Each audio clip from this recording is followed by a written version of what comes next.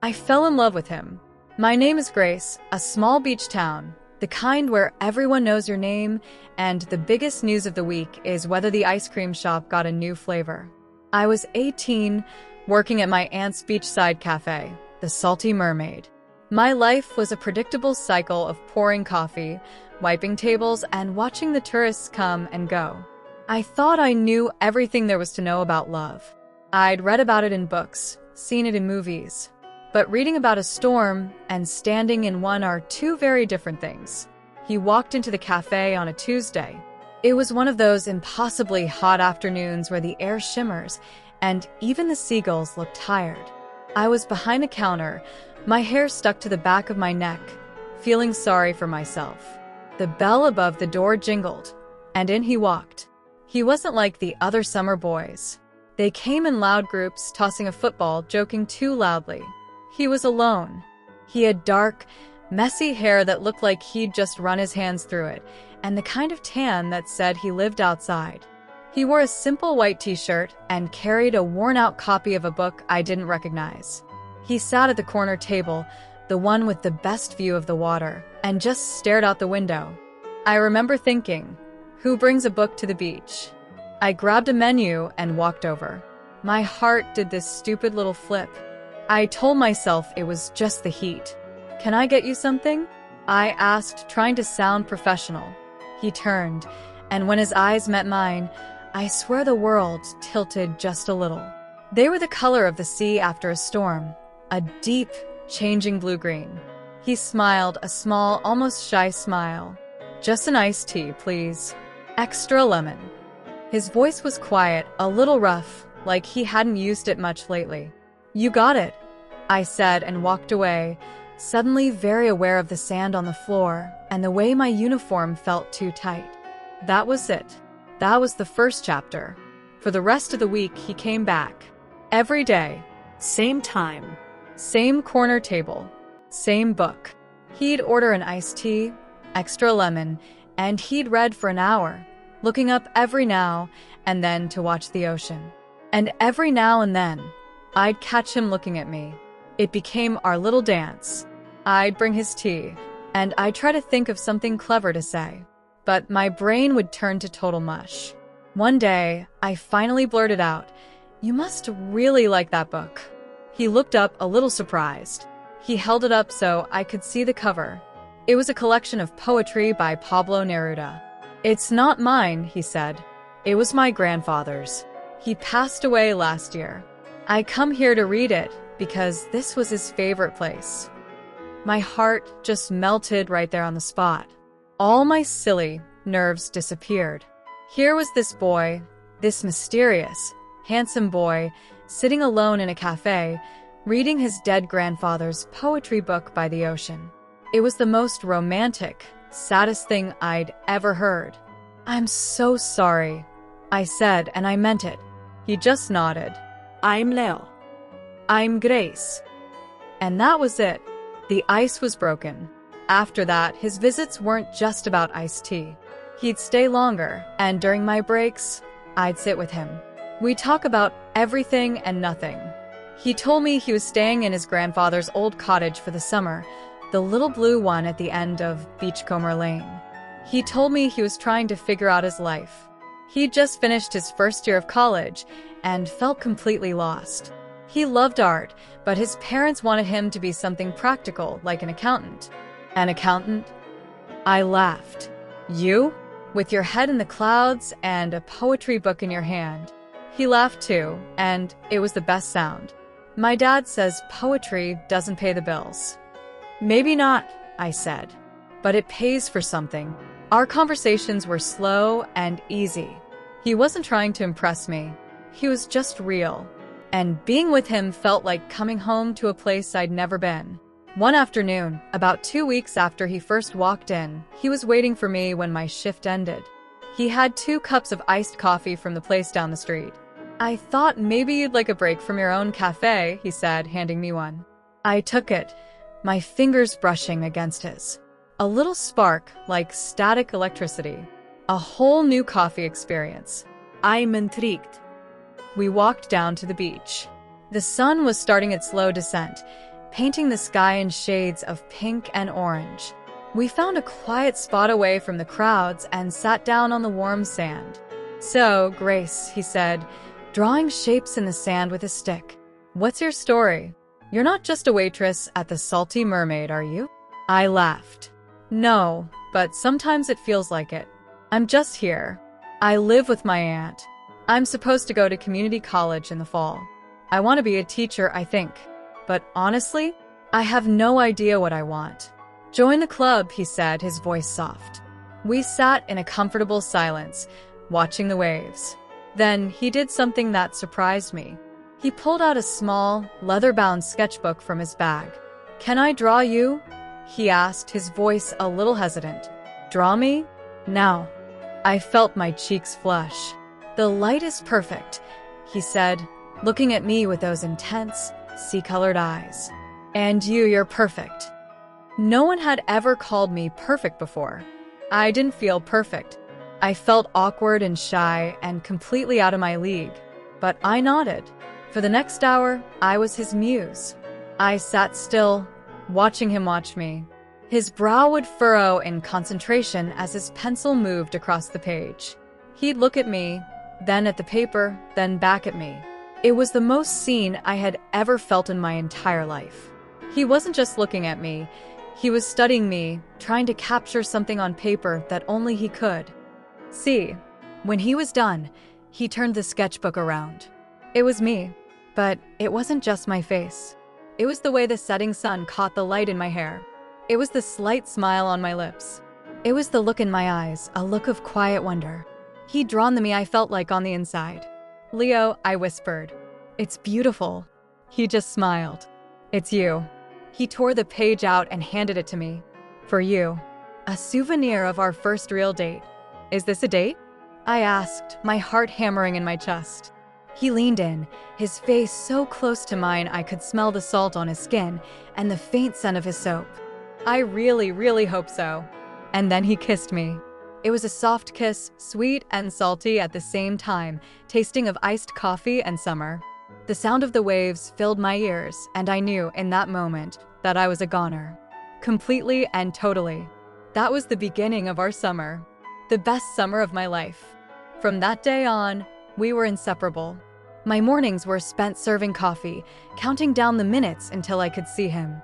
He'd pick me up after my shift, and we'd have the whole afternoon and evening ahead of us. We did everything together. We'd swim in the ocean at high tide, letting the waves crash over us, laughing until we couldn't breathe. We'd walk for miles along the shore, collecting sea glass and strange-shaped shells. Leo would always find the best ones, his artist's eye spotting the beauty in the ordinary. We'd build bonfires on the beach at night, roasting hot dogs and making s'mores. He taught me the names of the constellations, Orion, Cassiopeia, the Big Dipper. We'd lie on a blanket, staring up at the infinite sky, and he'd tell me about his dreams. He wanted to travel the world and paint everything he saw. He wanted to have a studio with a giant window that led in the northern light. He wanted to be free. When he talked about his dreams, his whole face would light up. It was intoxicating to watch. And when I talked about my own small dreams of having my own classroom, of teaching kids to love reading, he listened like I was the most interesting person in the world. One afternoon, we went to the old pier. It was abandoned, rickety, with a no trespassing sign that we completely ignored. We sat at the very end, our legs dangling over the water. He took my hand. "I don't want the summer to end," I said, the words tumbling out before I could stop them. He squeezed my hand. "Me neither." "What happens in September?" I asked, the question I'd been dreading finally hanging in the air between us. He had to go back to college, for hours away. He was quiet for a long time. He picked up a small pebble and tossed it into the water, watching the ripples spread and disappear. "I don't know, Grace. I wish I had an answer. I wish I could just bottle this. Bottle you." He turned to look at me. "I've never felt this way about anyone. Being with you, it's like the world makes sense. All the noise in my head just stops." Tears pricked at my eyes. "Me too. I feel like I've known you my whole life." He cupped my face in his hands. "This isn't just a summer thing for me. You're not just a summer girl." "Then what am I?" I whispered. "You're the girl who changed everything," he said, and kissed me right there at the end of the world. For a few weeks, we lived in a beautiful bubble. We pretended that September didn't exist. We lived only for the now, for the sunsets and the starlight and the feel of each other's skin. But the bubble had to burst. It was a Thursday, a gray, gloomy day that matched the mood I could feel settling over us. Leo seemed different, quieter, more distant. He'd been getting calls from his parents, long conversations he'd take outside, away from me. We were at the cottage, the little blue one. It was small and cozy, filled with his grandfather's things, old books, faded photographs, a worn-out armchair by the window. It was our special place. We were lying on the rug in the living room, listening to the rain drum against the roof.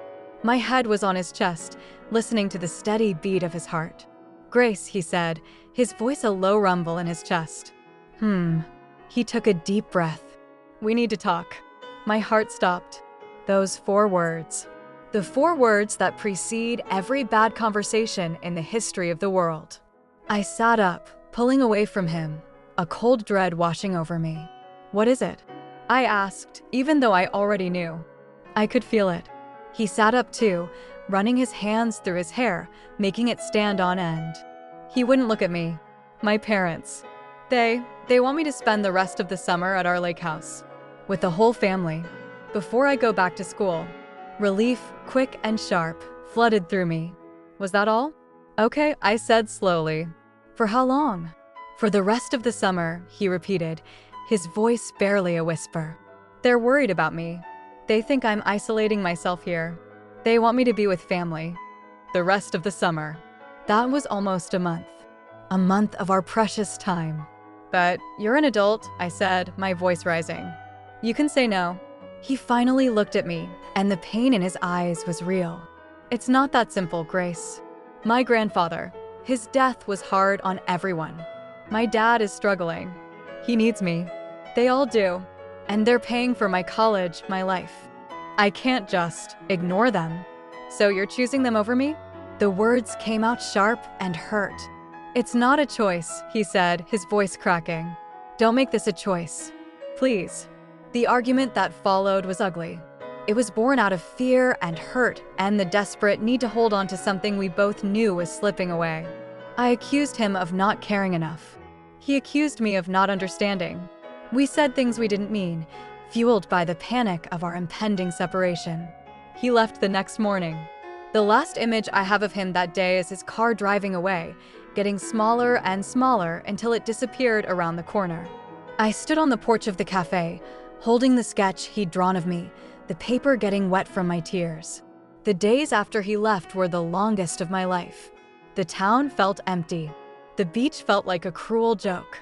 Every song on the radio was about love and loss. Every couple I saw walking hand in hand felt like a personal attack. He called every night. At first, the calls were long and full of longing. He'd tell me he missed me, that the lake house was boring, that he wished he was back on the beach with me. I'd tell him about my day, about the customers, about how the sea glass wasn't as pretty without him there to find it. But as the days wore on, the calls got shorter. There were more silences. It's hard to sustain a summer love from 4 hours away when you're both in different worlds. He was with his family, doing family things. I was here in our world, but without him. I could feel him slipping away. It was like trying to hold on to water. The tighter I squeezed, the faster it ran through my fingers. Then, one night, about 2 weeks after he left, he called. His voice was different. Heavier. "Grace," he said. And again, my heart stopped. "Leo, what is it?" "I can't do this," he said. The words hung in the air, sharp and final. "Can't do what?" I asked, even though I knew. I knew. The ground was opening up beneath me. This. Us. The distance. He sighed, a long, ragged breath. "It's too hard. My life is there, Grace.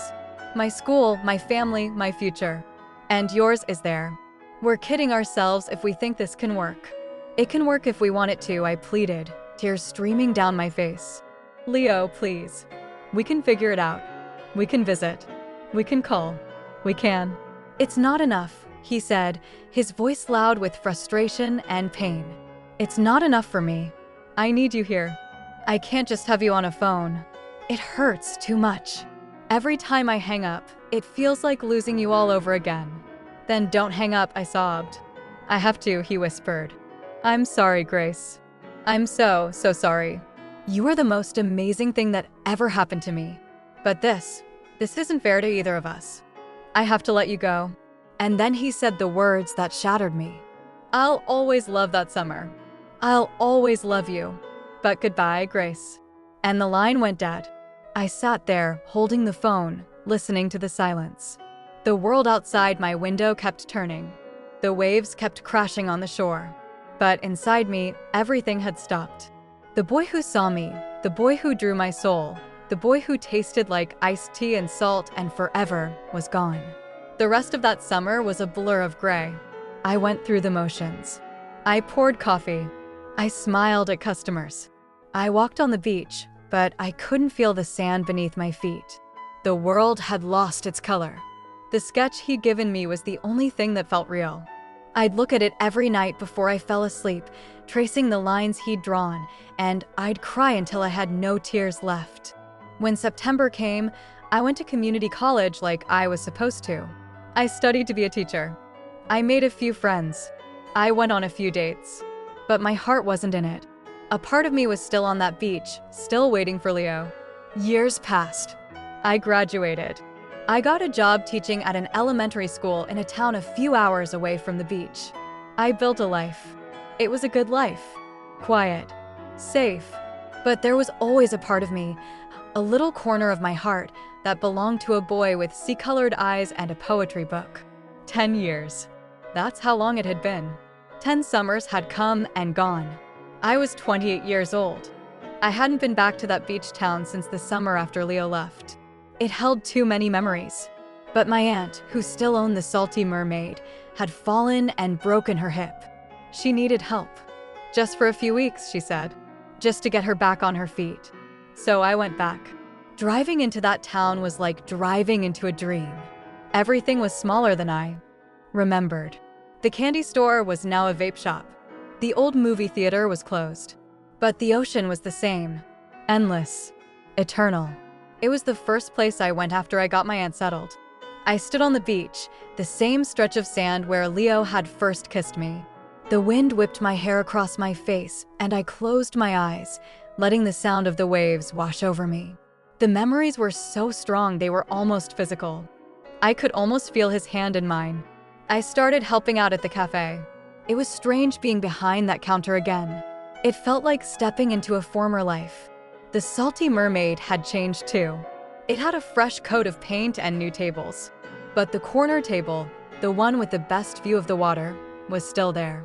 I avoided it. I couldn't bring myself to sit there. One afternoon, about a week into my stay, I was wiping down the counter, lost in thought. The bell above the door jingled. The sound was so familiar it made my heart clench. "Just a minute," I called out, not looking up. "I'll have an iced tea, please. Extra lemon." The cloth fell from my hand. My blood turned to ice, then to fire. I knew that voice. I had heard it in my dreams for 10 years. I slowly looked up, and there he was. He was older. Of course he was. We both were. His hair was a little shorter, and there were faint lines around his eyes. But those eyes, they were the same. The deep, changing blue-green of the sea after a storm. He was wearing a simple button-down shirt, not a t-shirt, but he still had that same quiet presence. He was looking at me, and the expression on his face was a mix of shock and something else, something I couldn't name. "Grace," he breathed. My name on his lips after all these years. It was like a punch to the gut. I couldn't move. I couldn't speak. I just stood there, gripping the counter, trying to remember how to breathe. He walked towards me slowly, like he was approaching a wild animal. "It's really you," he said, his voice full of wonder. I can't believe it." "Leo," I finally managed to whisper. My voice sounded strange to my own ears. He stopped a few feet away from the counter. You look beautiful." I probably looked a mess. I had flour on my apron and my hair was a disaster. But the way he was looking at me made me feel like I was 18 again, sitting on the beach while he drew my picture. "What are you doing here?" I asked, my voice shaky. "My grandfather's cottage," he said. "It's been in my family for years. I come back sometimes. I just needed to get away. Get away. Just like before." He was still running. We just stared at each other. The cafe was empty. The only sound was the hum of the refrigerator and the distant cry of the seagulls. "Your iced tea," I said, my voice cracking. It was the only thing I could think to say. A pathetic attempt at normalcy. He gave a sad, small smile. "I can't believe you remember." "I remember everything," I said, before I could stop myself. The air between us crackled with 10 years of unspoken words. 10 years of hurt. 10 years of questions. 10 years of love that had never really died, just been buried deep. He sat down at the counter, not the corner table. I made his iced tea, my hands trembling as I squeezed the lemons. I slid the glass across to him. His fingers brushed against mine as he took it, and that same spark, that same static electricity, shot up my arm. It was still there. After all this time. He took a sip, then set the glass down. "I've thought about you every single day," he said, his voice low. I shook my head, a bitter laugh escaping my lips. "Don't, Leo. Don't do that. Don't come in here after 10 years and tell me you've thought about me." "It's the truth," he insisted. Ending things that way, it was the hardest thing I ever did. I was a coward. I was 19 and scared, and I let my family talk me into believing that what we had wasn't real. That it was just a summer thing. But it was real, Grace. It was the most real thing I've ever known. The tears I'd been holding back started to fall. "Then why did you leave? Why did you give up?" "Because I was an idiot," he said, his own eyes glistening. "Because I was young and I listened to the wrong voices. I spent years regretting it. Years wondering what would have happened if I'd been braver." He reached across the counter and took my hand. His hand was warm and solid, and it felt so familiar it was painful. "I'm not asking for forgiveness," he said. "I'm not asking for anything. But when I walked in here and saw you, it felt like the universe was giving me a second chance. Just to see you. Just to tell you I'm sorry. I'm so sorry, Grace." I pulled my hand away, but gently. The hurt was still there, a deep scar that hadn't fully healed. But underneath the hurt, there was something else. A flicker of the old feeling. The ember that had never quite gone out. "I can't do this right now," I said, wiping my tears with the back of my hand. "It's too much." He nodded, understanding. "Okay, I understand." He stood up, leaving a $20 bill on the counter for a $3 iced tea. He walked towards the door, then stopped and turned back. "I'm staying at the cottage," he said. "The blue one at the end of Beachcomber Lane. If you want to talk. If you want to yell at me some more. If you want anything. I'm there." And then he was gone. The rest of the day was a blur. I couldn't concentrate. My mind was a hurricane of memories and emotions. Anger, sadness, confusion. And underneath it all, a tiny, fragile, terrifying feeling of hope. That night, I lay in my old bed in my aunt's house, staring at the ceiling. I thought about what he'd said. A second chance. Was that even possible? Could you go back? Could you rebuild something that had been shattered for 10 years? I thought about my life. It was good. It was safe. But was it full? Did I feel the way I felt when I was with him? The answer was a quiet, devastating no. Before I could talk myself out of it, I got up. I pulled on a sweater and my old sneakers. I grabbed the sketch, the one he'd drawn of me all those years ago, faded and worn from being kept in a box. I walked to Beachcomber Lane. The cottage was just as I remembered it. Small, blue, with a light glowing in the window. My heart was pounding so hard I could hear it in my ears. I knocked on the door. He opened it, and the look of surprise on his face quickly melted into something softer. "Grace," he said. "I brought you something," I said, holding out the sketch. "I thought you should have it back." He took it, his eyes widening as he recognized his own work. He looked at the drawing, then at me, then back at the drawing. A single tear escaped and ran down his cheek. "You kept it," he whispered. "It was all I had left of you," I said. He opened the door wider. "Come in." I stepped inside. The cottage was different. It had been renovated. The old, worn-out furniture was gone, but his grandfather's armchair was still there by the window. And on the wall, I saw them. Paintings. Lots of them. And in almost every single one, I saw the beach. Our beach. Sunsets and seagulls and waves. And in some of them, hidden in the background, a small figure of a girl with long hair. You painted all of these? I asked. He nodded. I told you. I thought about you every day. You're in everything I create, Grace. You always have been.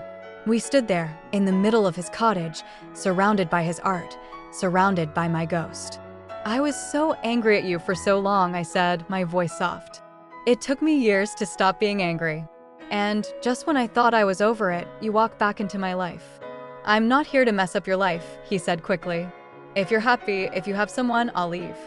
I'll go back to the city tomorrow and you'll never see me again. I had to say I was sorry. I had to see you. There's no one, I said quietly. There's never really been anyone. Not like you. He stepped closer. Me neither. I've dated. I've tried. But I was always comparing them to you. To the girl on the beach who let me draw her picture. To the girl who made me feel like the world made sense. He was so close now I could feel the warmth coming from him. I'm not the same person I was, Grace. I'm not a scared kid anymore. I'm an artist. I paint what I feel. And what I feel right now, standing here with you, it's the same thing I felt 10 years ago. It's stronger. He gently took my face in his hands, just like he had on the pier all those years ago. I'm not asking for a second chance right this second. I'm asking for a first chance. A new chance. To get to know the woman you've become. To show you the man I am now. Can we do that? Can we just start over? I looked into his sea-colored eyes. I saw the boy I'd fallen in love with. But I also saw the man he'd become. A man shaped by loss and regret and art.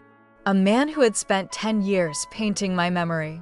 Slowly, I reached up and placed my hand over his. Okay, I whispered. Let's start over.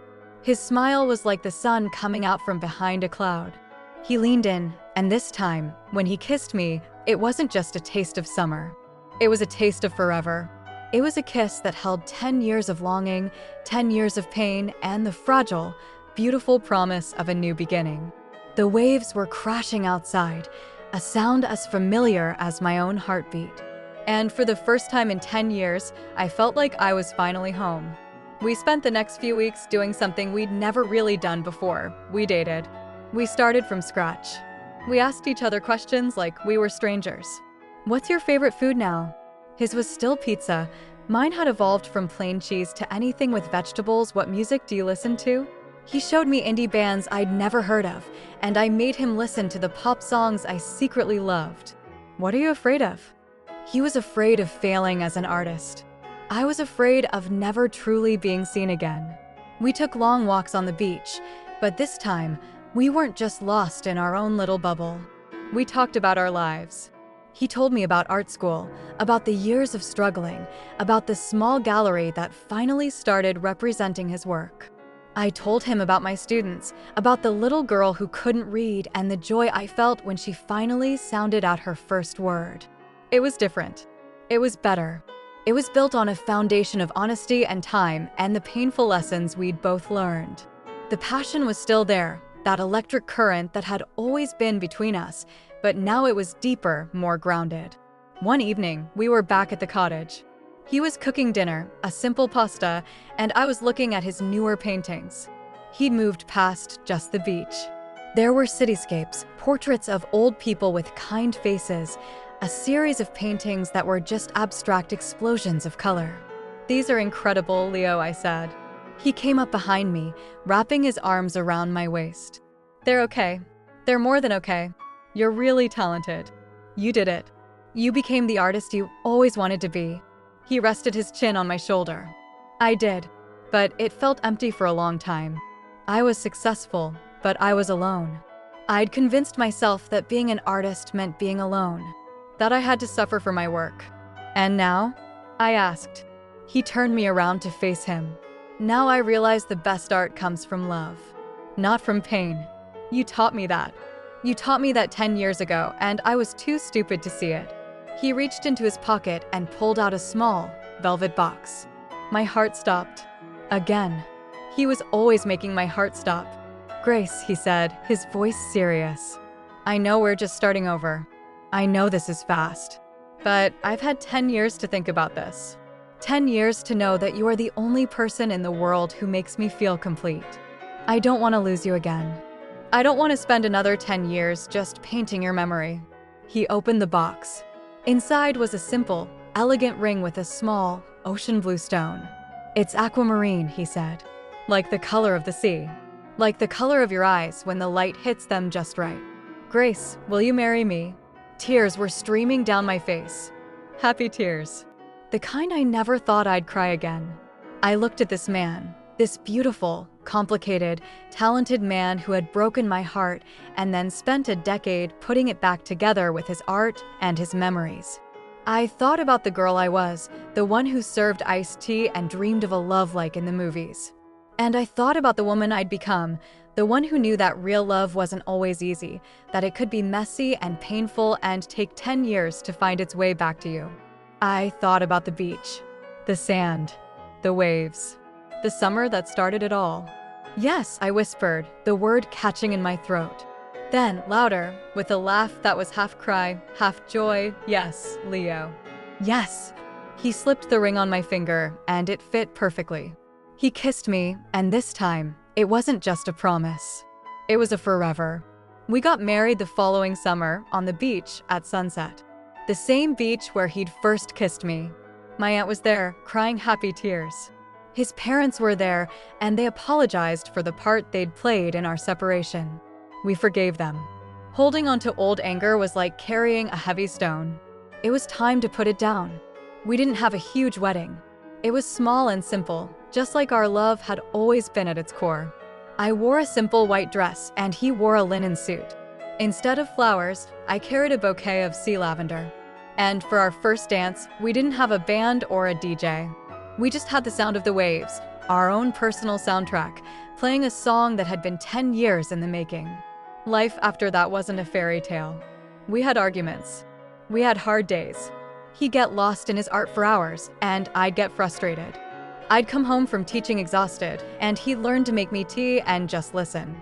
We built a life together, piece by piece, in a small apartment in the city, with a window that let in the northern light for him to paint by, and a spare bedroom that I turned into my own little library. We went back to the beach cottage every summer. It became our sanctuary, our place to reconnect.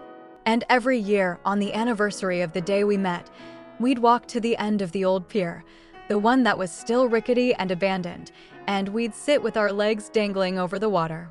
We'd talk about the journey, about the heartbreak and the healing, about the lost years and the second chance. And he'd always take my hand and say, "Thank you for starting over with me." And I'd squeeze his hand and look out at the endless ocean, the one that had witnessed our beginning and our middle, and I'd say, "Thank you for never really letting me go." Because that's the thing about a love like ours. It's like the tide. It might go out, it might seem to disappear, but it always comes back. And when it does, it's stronger and deeper and more beautiful than you ever could have imagined. So, if you're ever at a beach and you see a couple walking hand in hand, an older man with eyes the color of the sea and a woman with a quiet smile, just know that's us. That's Grace and Leo. And we're living proof that some loves aren't just for summer. Some loves are for a lifetime.